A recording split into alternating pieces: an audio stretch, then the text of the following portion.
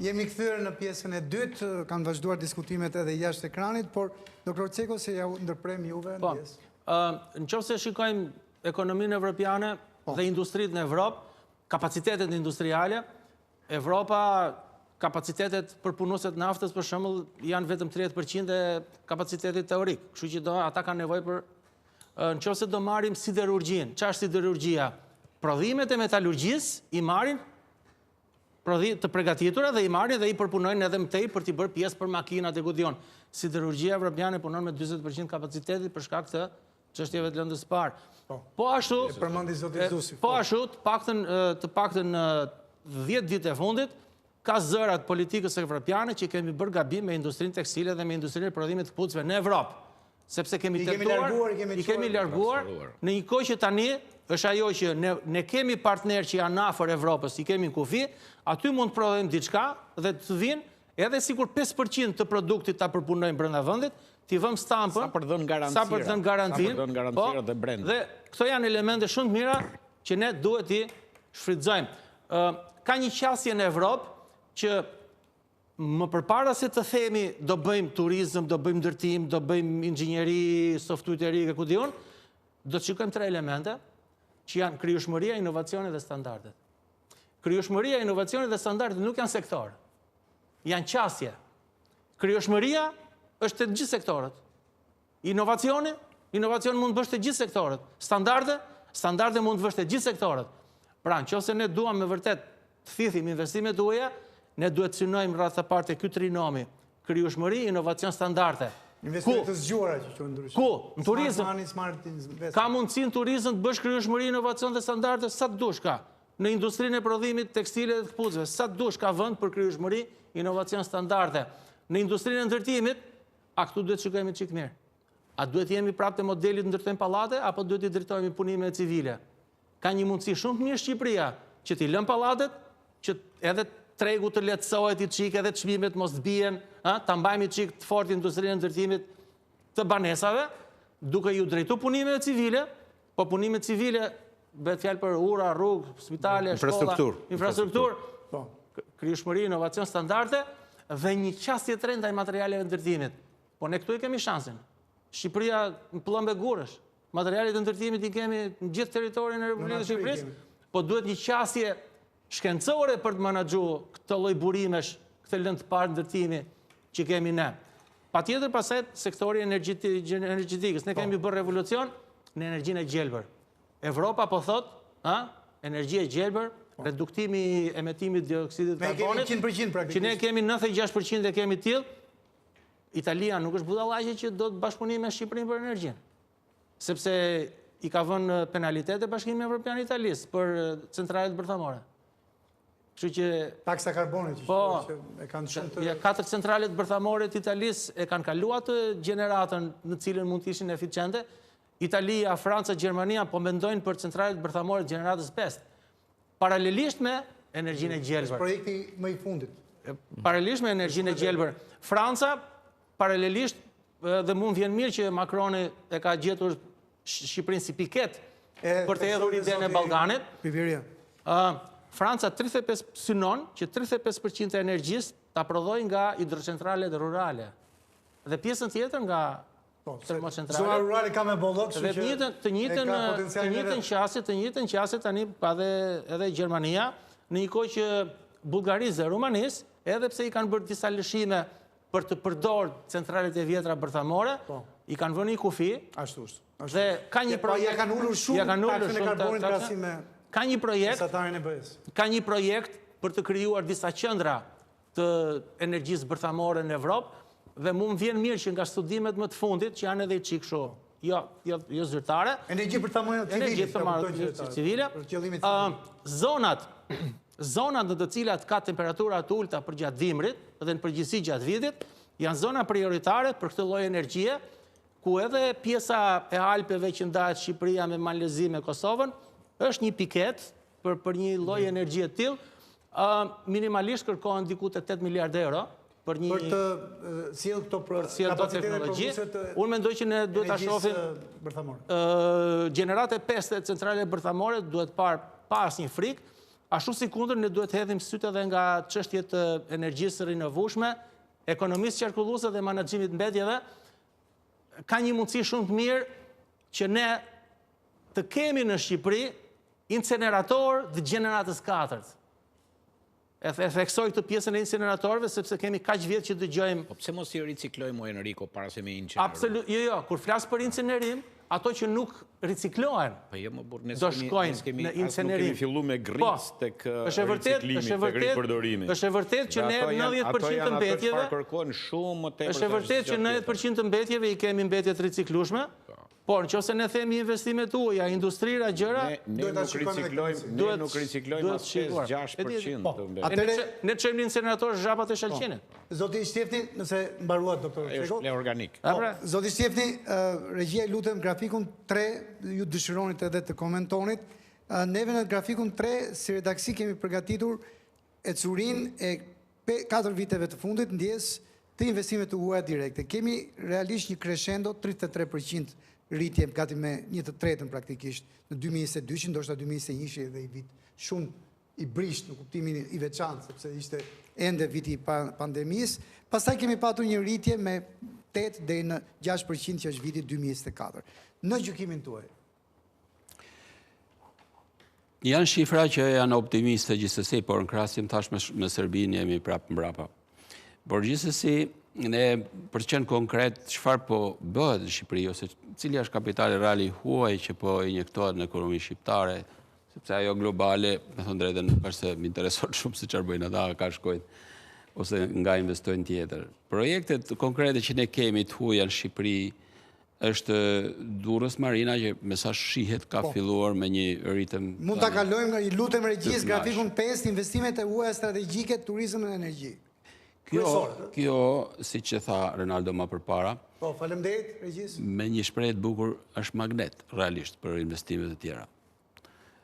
Pra, nuk shërben vetëm thjesht që të përmisoj një zonë shumë të rëndësishme urbane edhe turistike të Durrësit, por bëhet si shembull për gjithë investitorët e tjerë të huaj, sepse janë shifra të mëdha që po investohen. Normalisht do bëhemi edhe xhelozë, po edhe ne kishim bëhet, se aty ishte, po se bëm dot. Kështu që ai është i mençur. Se nuk e bën për 30 vite. Është i mençur, është i zgjuar, normalisht do fitojë, se s'ka ardhur për të as për barazim, as për një fitim minimal, ka ardhur që të fitojë sa të mundet, por në ana tjetër fiton gjithë vendi sepse bëhet një magnet realisht për të rrëqen e investime tjera të huaja. Dhe çfarë ndodhi? Fill pas ti vjen Kushner për Sazanin dhe Zvernecin. Pra ka një lidhje të dyja. Eksakt, po vjen edhe aeroporti i Vlorës, bum për i herë. E cilësojmë, zoti Kushner, ju ishit i përgjithshëm. Po, unë këto investitor të huaj dhe këto investime të huaja që tani po vinë, që janë të mëdhaja dhe nuk i kemi pasur luksin për 30 vjetë që t'i shikonim.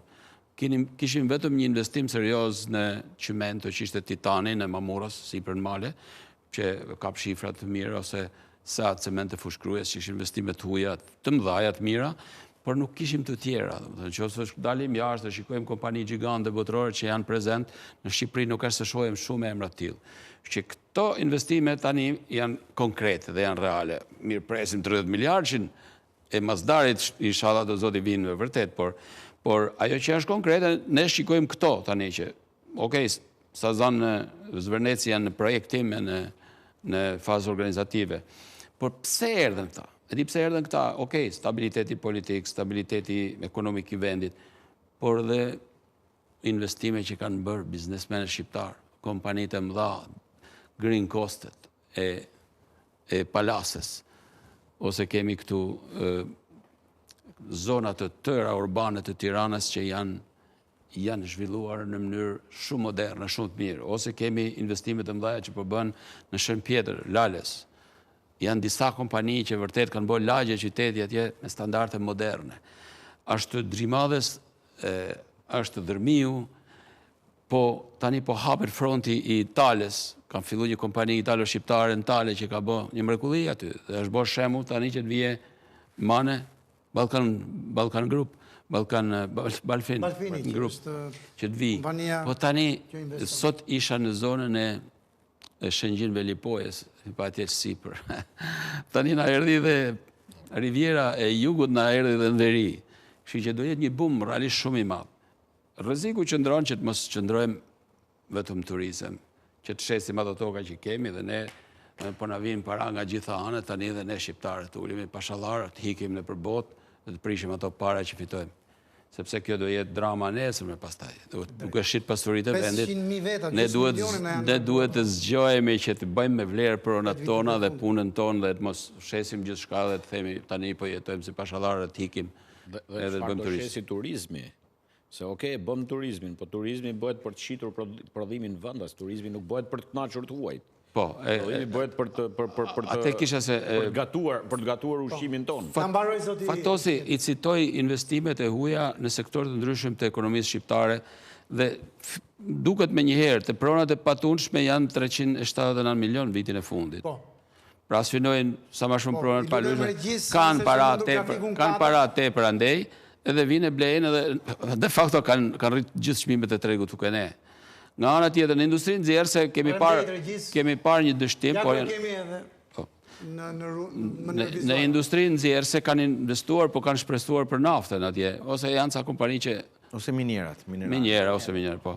Kështu që i marrin direkt lëndë e para tona, dhe kjo është një dramë që ne, doja ta theksoja që ne kemi disa lëndë para që janë flori të ne, kromi, nafta e bakri. Ne kemi pas uzinën e telit që kemi bërë... Kemi qenë me një ekonomi mizerabel dhe kemi arrit të nxjerrim ato flori, ato mineral flori që kemi, edhe ti përpunonin brenda Shqipërisë. Sot nuk përpunojmë asnjërin prej tyre. Industria përpunuese që përmendet e zoti Izdusi me plot të drejtë. Nëse do ma japësh 2 minuta fjalën. Po patjetër, zoti Izdusi pastaj do bëhet seko.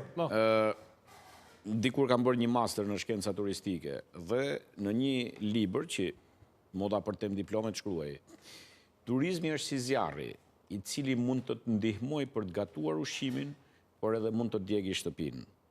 Kështu që ne duhet bëjmë një turizëm i cili na ndihmon për të gatuar ushqimin. Çfarë do të thotë kjo? Një turizëm i cili na shet produktet e vendit. Po që se ne bëjmë një turizëm i cili vetëm kënaq turistin e huaj, dhe vetëm na prodhon kosto për rezidentin vënda, sepse ne dim vëndet tashmë shumë të rëndësishme turistike, destinacione jashtëzakonisht turistike, të cilat kanë krijuar shumë pak kënaqësi tek rezidentët e tyre. Pra mund të jemi të lumtur ne si turistë atje, por rezidentët jetojnë nëpër kampera, sepse nuk kanë fuqi për të blerë shtëpi, nuk kanë fuqi për të blerë produktet etj. Atëherë ky lloj turizmi mund ta kthehet në problematik, sepse turizmi është një diell. Ushit toka, ushit atraksioni turistik, aq aty mbaroj. Dhe në qoftë se ne mendojmë turizmin, që të sjellim filipinez, edhe nepaleze, ku diun se çfarë, për të punuar ato muajt e verës, edhe domate nga Maqedonia, përsëri ky nuk është turizmi që duam ne, nuk është instrumenti që duam ne, sepse turizmin ne e shohim si një instrument për të na bërë jetën më të mirë.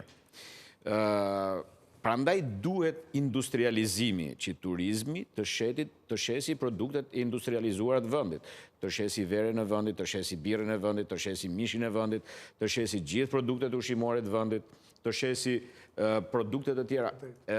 Çfarë bëri turizmi në Itali? Turizmi e bëri modën. Italia nuk ishte vend modet, e bëri turizmi. Nëpërmjet turizmit italianët e shpërndan modën. Kreativitetin që përmendet e Dr. Ceko në gjithë botën. Por ndërtuan industrira miliardçe, triliardçe të modës, industrinë e tekstileve, industrinë e këpucëve, gjitha llojet e industrive që u shpërndan. Pra, e përdorën mençurisht turizmin. Edhe makarona nuk është italiane. Për të nxitur, po italianët mbahen për makarona. Pra, përmes turizmit ato krijuan një industri brillante ushqimore. Por jo thjesht një industri që prodhon ushqime, por mbi të gjitha dhe 2-3 herë më e fuqishme është industria mekanike, kimike, elektrike që qëndron mbas kësaj industrie. Sepse ato për të prodhuar proshutën etj.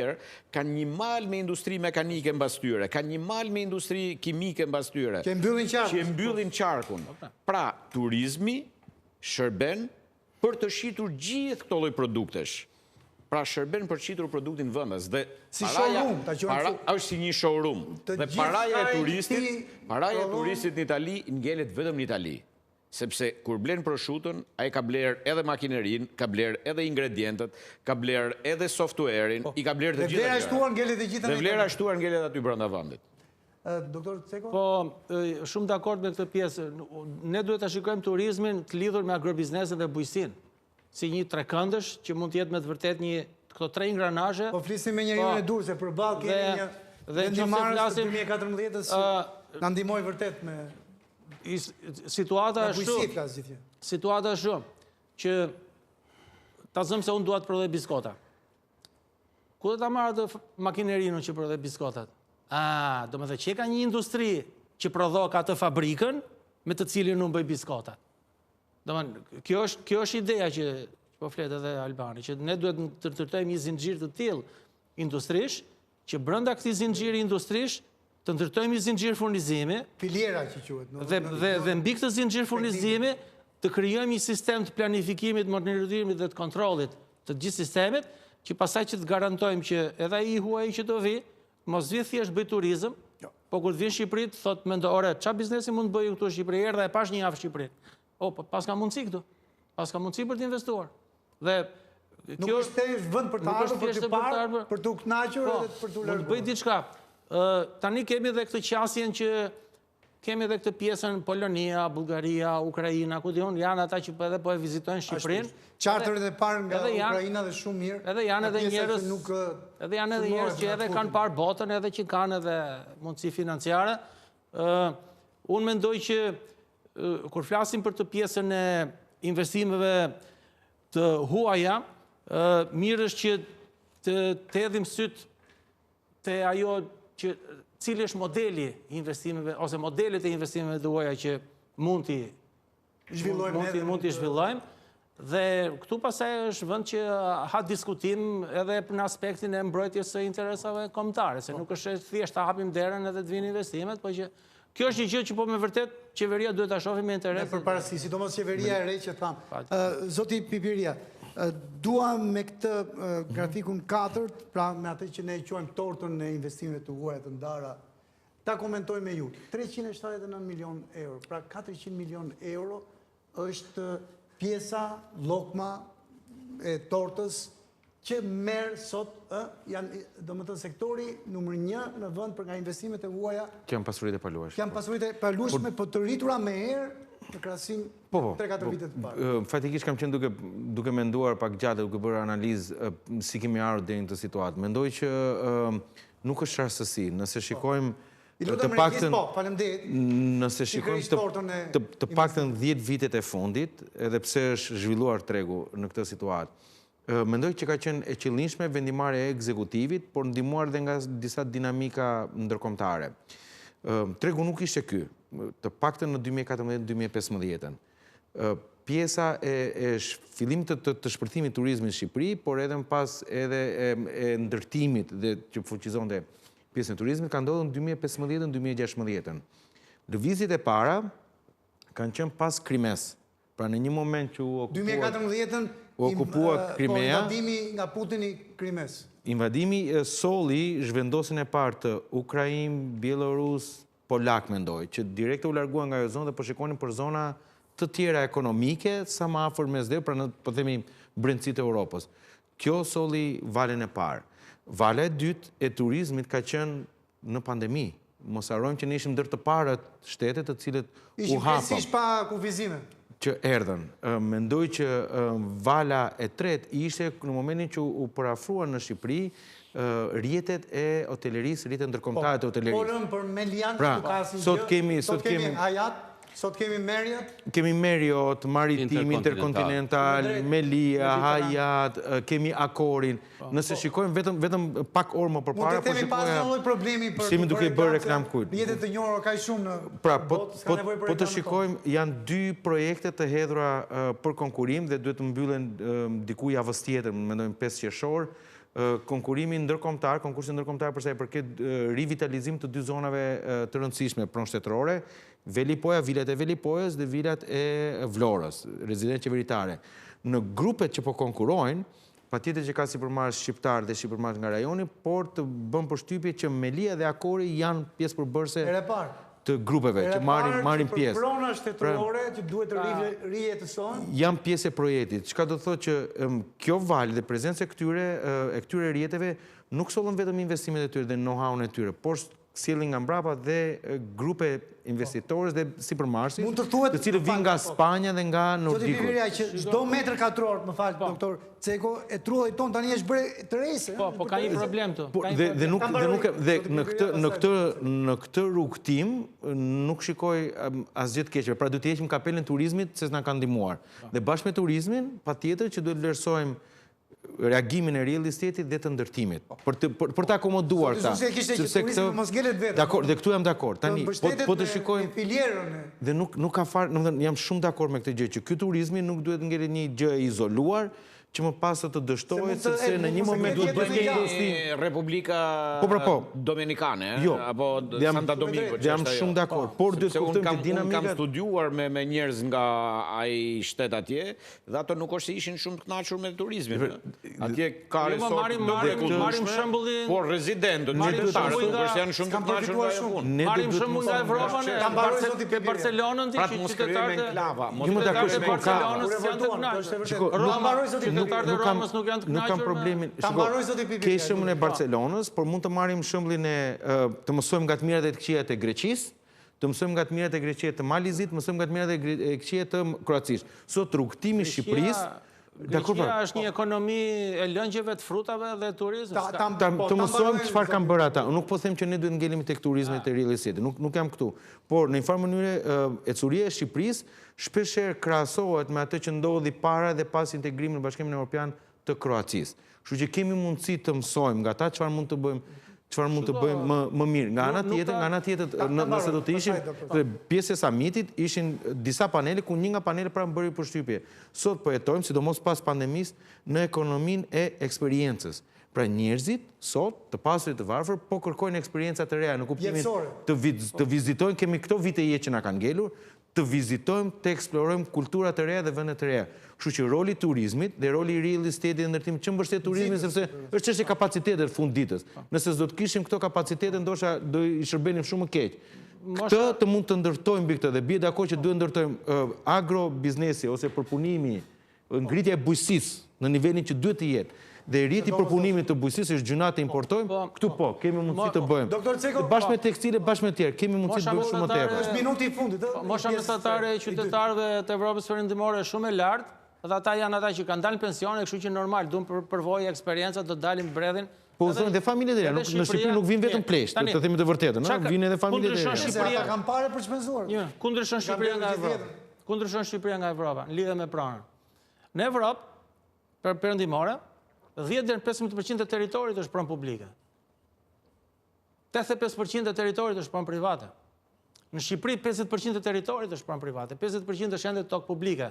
Tani, këtë tokën publike që të shkojmë te niveli evropian, do e japim direkt huajve, apo këtë tokën publike të japim shqiptarëve, që pastaj shqiptarët të bëjnë bashkëpunim me huajt. Dhe po të shikosh në gjitha konkurset të korporatës shqiptare të investimeve, kanë qenë sipërmarrës shqiptar. Po një minutë. Që kanë konkuruar dhe kanë marrë projekte. Për qytetarët, nëse kanë fjalën për sipërmarrës. Ta mbarojmë doktor Seko. Po ata pjesë e realitetsone, nuk është. Nëse ti në Thënjishin me 7500 njëshin edhe që gjithë atyre që banonin zorat rurale dhe tokë, po atyre që banonin qytet, tani është momenti që atyre që banojnë qytet në Thënjishin, që gjithë ti marrësh me gjendje civile, edhe ti japësh tokën publike të janë dashur me. Po, doktor Ceko, ta mbarojmë këtu nëse lejohet. Kjo është zgjedhja sepse nuk i ke trajtuar. Ta vazhdojmë në pjesën e tretë. Jepi mundësi financiare që të investojnë. Si ke trajtuar qytetarët në mënyrë drejtë. Do ta vazhdojmë këtë debat. Jepi mundësi financiare, aty qyteti jepi mundësi financiare që të investojnë. Pjesën e tretë dhe të fundit po marrim pak mesazhet publicitare. Unë do toka. Jepi mundësi financiare. Bëj politikë fiskale që ngelen lek në xhep edhe të mund të investojnë. Po mbarojmë këtu sepse duhet realisht që të rifillojmë pas pak minutash pushim.